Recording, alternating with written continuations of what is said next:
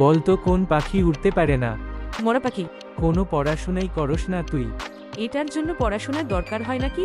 আচ্ছা, বলেন তো, আপনি জীবনে কখনো মরা পাখি উড়তে দেখেছেন? আরে খুব বেয়াদব তো। এই তোর নাম কি? কথা ঘুরান কেন? মরা পাখি কি উড়তে পারে? এই তুই থাকিস কই? আমার বাসায় থাকি। বদমাইশ, তোর বাসা কই এটা জিগাইছি। না, আপনি জিগাইছেন আমি কই থাকি। আজব তো, এবার কতর বাসা কই?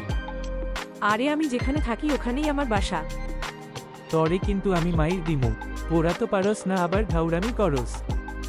কেন, কোন পড়া পারি নাই আমি? ওই দিন একটি অঙ্ক জিগাইছিলাম, পারস নাই। কোন অঙ্ক পারি নাই? ধরেন এখন। ধর, তোর কাছে 20 টাকা আছে। তুই 10 টাকা তোর বন্ধুকে দিলি, তোর কাছে আর কত টাকা আছে? আপনি অঙ্ক বাদ দেন, আমি কি এতই বলদ যে 10 টাকা দিয়া দিমু? এই যে বারবার বেয়াদবি করস, এত ছোট একটা অঙ্ক ধরলাম তাও পারলা না। কি পরস তুই? জামা পরি, শার্ট পরি, গেঞ্জি পরি, জুতা পরি। হইছে, আর বলতে হবে না। মাথায় জ্ঞান বুদ্ধি বলতে কিছু নাই। আপনার চেয়ে বেশি আছে। আবার ঘাউরামি করস। ঘাউরামি কি? আপনি আমার বুদ্ধি পরীক্ষা করে দেখেন।